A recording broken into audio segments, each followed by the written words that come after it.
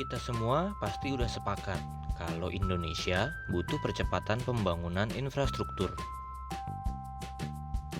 Salah satu cara untuk mencapai itu ada sistem yang namanya BOT alias Build, Operate, and Transfer. BOT tidak sama dengan sewa-menyewa. Pada sistem sewa-menyewa, negara cuma menyewakan asetnya ke pihak tertentu yang bakal memanfaatkan nilai guna dari aset tersebut. Sedangkan dalam BOT, aset yang dimiliki negara dikelola oleh pihak investor yang kebanyakan merupakan pihak swasta.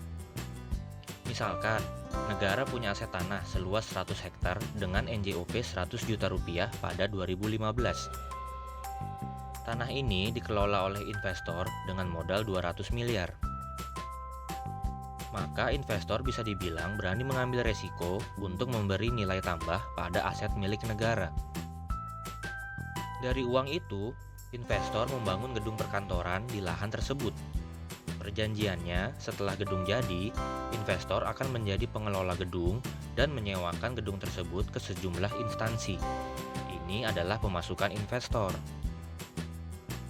Sementara itu, negara berhak menerima setoran dari investor yang besarnya sudah disepakati sejak penandatanganan kontrak. Investor dan negara juga sepakat bahwa pengelolaan gedung oleh investor berlangsung dalam waktu tertentu. Misalkan selama 20 tahun. Kontrak BOT memang relatif jangka panjang. Ini untuk mengembalikan modal si investor yang sebesar 200 miliar tadi. Selama kontrak masih berlaku, investor mendapat hak guna bangunan atau HGB dari aset tersebut. Catat ya, ini cuma hak guna, bukan hak milik. HGB juga berhak dijaminkan oleh investor untuk mendapat dana guna ekspansi usaha lebih besar. Setelah 20 tahun, aset yang berupa tanah dan gedung yang sudah dibangun oleh investor tetap menjadi milik negara. Ini disebabkan kepemilikan sah aset ini masih atas nama negara. Pada saat investor mengembalikan aset, negara diuntungkan dengan kenaikan nilai aset yang fantastis.